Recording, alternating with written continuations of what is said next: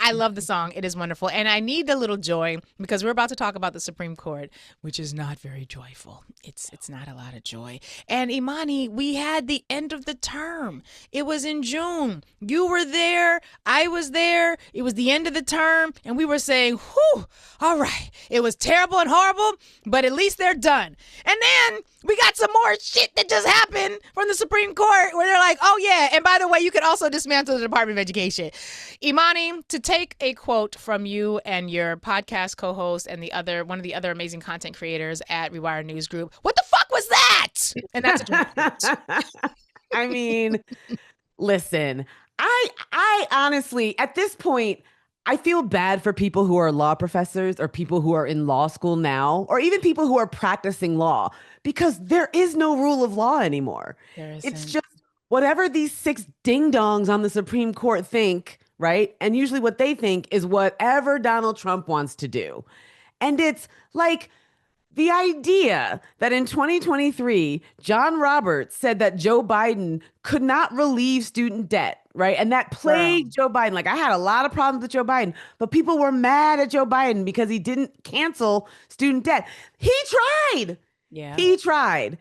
And John Roberts said that he couldn't do that, that there was no authorization pursuant to statutes implementing the Department of Education, the regulations, right, that govern the Department of Education. There was no power to do that. But somehow, it's now 2 years later, and Donald Trump has the capacity to just dismantle the Department of Education by firing everyone, even though he expressly cannot do that. You cannot dismantle federal agencies that were created by statute. Like, it's insane. It is insane to me, right? So and then when you couple that with the shit that Coney Barrett pulled at the end of that term, girl, with the Trump v. Casa case, right? The birthright citizenship case that was really about whether or not district court judges can issue nationwide injunctions. I was starting to warm slightly to her, only insofar as she's not a complete idiot like Brett Kavanaugh, right? She asks smart questions at oral arguments, right? There were a couple of places where she looked like she wasn't really ready to go full MAGA. And I think the backlash against her had some sort of effect. I mean, I don't know that for sure because I don't know when she wrote the CASA majority opinion versus when people were calling her a DEI hire or whatever. But man, that public lashing that she gave to Ketanji Brown Jackson in that majority opinion was unlike anything I've ever seen in the Supreme Court opinion. It was very much like, you know how when you work in corporate spaces and there are those white women that you kind of have to be nice to, but you know they're a little bit shady and they're going to sell you out at the first opportunity by trying to publicly humiliate you. I bet every Black woman has a story about a white woman at work like this. Yes. That's who she became, right? She became the Karen of the Supreme Court. And it was wild because what she was yelling at Ketanji Brown Jackson for, A, was silly, right? B, she had no argument against it. She literally basically said, Ketanji Brown Jackson is out here saying all this stuff and there's no precedent for it, and I don't even have to address it. That's essentially what she said. Meanwhile, Jackson's only point was, we live in modern times. Why are we tying the availability of injunctions to block blatantly unconstitutional behavior, like trying to strip people of their, trying to end, birthright citizenship? Why are we tying this conversation to the Judiciary Act of 1789, right? To what the High Court of Chancery in England would have done at the time of the founding of this country? Who, pardon my French, gives a fuck, right?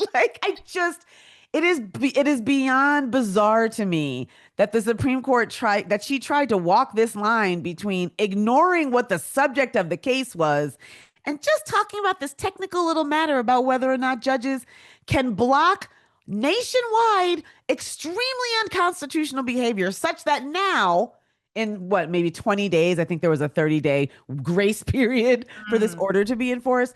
Now, a baby born in one state might be a citizen. A baby born in another state might not be a citizen. A baby that has lawyers A baby with lawyers before the court might be a citizen, but the baby that can't afford lawyers because it doesn't have a job and their parents are trying to just make a living, right? In this fucked up country we have now, they're not a citizen. It's incomprehensible to me. And I'm not done yet. One more thing. So the Supreme Court says, oh, we're not saying that you can't sue. Of course you can sue. You just can't issue nationwide injunctions, but you can still sue as a class.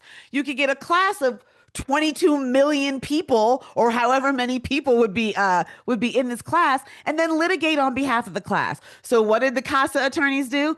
They certified a class of all the babies that were born after whatever.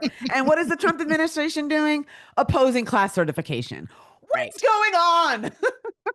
It's as if the Dred Scott era of Supreme Courting has met up with Project 2025 and they're like, me, my evil, never part, my key. they are like, who's going to jump in? We got a double dutch for who can be the worst and we're going to see who it is. It has been mind-boggling to me that the things that used to hold people in line are just completely like gone. The fact that Coney Barrett, and for those of you who do not recall, we only talked about this very, very briefly. So there is a decision that, as Imani has been talking about, that basically was questioning whether or not you would be able to have access to birthright citizenship. But even though that was the question, the real issue was whether or not a judge would be able to say, hey, you tried to do something unlawful at the federal level, President Trump, and as a result of that, we're going to block that rule and it's going to be blocked for everybody. It was really more about court minutia than it was birthright citizenship, but it allows you to get to birthright citizenship in a way that, as Imani just explained, now if your baby shower doesn't include diapers, breastfeeding cream for your nipples in case you're a breastfeeder, and a lawyer, then you're pretty much asked out if you're born anywhere south of the Mason-Dixon line, and you might have a shot if you're born north of it. And so, but Coney Barrett, the way that she kind of was like, she just went from 0 to 100. And I'm like, did you realize that we all saw that you Karened out and that you like put on your I need to see the manager voice and it took audible sound outside because it was one completely opposite of how the court often operates when they're very, stoic and my dear colleague and the gentle lady and the gentleman. And she just went whole ass banshee, like Southern Belle Banshee on fire. Where are my slaves and how dare they not be here when I need them? Like that, she went into that mode. And I was like, have we lost everything? Yeah. It's all gone. It's just, and here's the thing, people will say, and I even made this joke immediately after the decision, like, well, fine. Someone, Gavin Newsome or whatever should, get the California legislature to pass legislation banning firearms in California, right? Does anyone for a because that would be the equivalent, right? Like birthright citizenship is so just like ingrained into the Constitution. It is basically like as important, one can argue, as the Second Amendment, right? Like this is just basic originalism. Like read the words that are on the page, go read the opinion from 1860, whatever the fuck, and figure out what the law is. Does anyone think for a minute that if a judge in Texas issued a nationwide injunction blocking this legislation, that the Supreme Court would say, oh, I'm sorry, Matthew Kacsmaryk or Reed O'Connor, who are the two Texas federal court judges that Republicans love to go complain to when they need a nationwide injunction for something dumb. Like, does anyone think that the Supreme Court is going to say, oh, no, you can't issue a nationwide injunction blocking people's access to firearms? I mean, what are we even doing here? We are so far beyond what's reasonable that, like, I'm looking back at the era of Antonin Scalia being like, I didn't like the man, but at least he made sense, right? Like, at least he had some value. Of regular racism. Remember that? Like the good old days of Antonin Scalia. Go back to the regular racism and get away from it. Like, we are devolving so quickly that I just feel like the first time Trump drops an N-word on CNN and then it's all over, right? Like once the media forgives him for that, then it's all over. Because the man doesn't like black people, but I do think that there's a level of anti-blackness that is still sort of inappropriate in public, right? You As still soon feel a as little that wall shame. comes down, we're done. Well, listen, I think the wall might be coming down, Imani, because, and we have a clip, actually, I don't know if we're going to get a chance to get to it, but we have a clip from Brian Bayz, he's stitching a video from Fox News where they basically say we need to go back and learn from the blacks and reclaim our N-word, and the N-word he's trying to reclaim is Nazi. Like there's a whole, no. Play the clip. Play the clip, No. Amina. Play the clip. Listen to this. Listen, y'all. They were able to remove the power from the N-word by using it. So from now on, it's what up, my Nazi? Hey, what up, my Nazi? Hey, what's hanging, my Nazi? Nazi, please. Thank God you did a hard eye there. What is it? Here's the thing. You can't even fucking say that shit. To say what up, my Nazi is still culturally appropriating AAV. So, motherfucker, you can't even say that because that's not even original and that's not even white culture. So let me zoom out for a second. Instead of talking about the histories of the specific words that he's trying to use and say that Nazi is the same thing as the N-word, let me pull back and talk about the actual implication of what he's trying to do.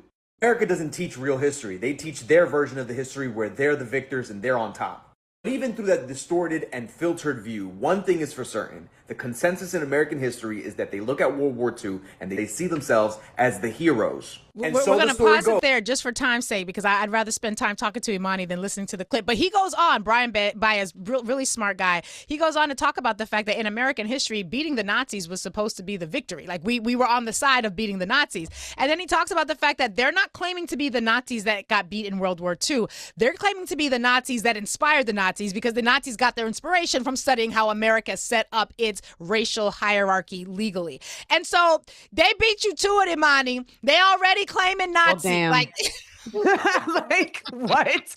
What is happening, Lurie? I just they're reverting. They're going back to their original. Well, here perhaps, but it's after 5 o'clock somewhere. Somewhere. But they're reverting to their original selves. Their original selves is the slave owning class, and they're no longer afraid to own it. And it feels like the Amy Coney Barretts of the world and the Supreme Court is kind of like, yeah. So where is Tawny? Where's Chief Justice Tawny when you need him? Because they really do believe that, as was stated in the Dred Scott opinion, and they haven't said it yet in this era. But I think we're just a hop, skipping, and jump, maybe half a term away from the Supreme Court being like, yeah, you really don't have any rights that we're bound to respect because MAGA.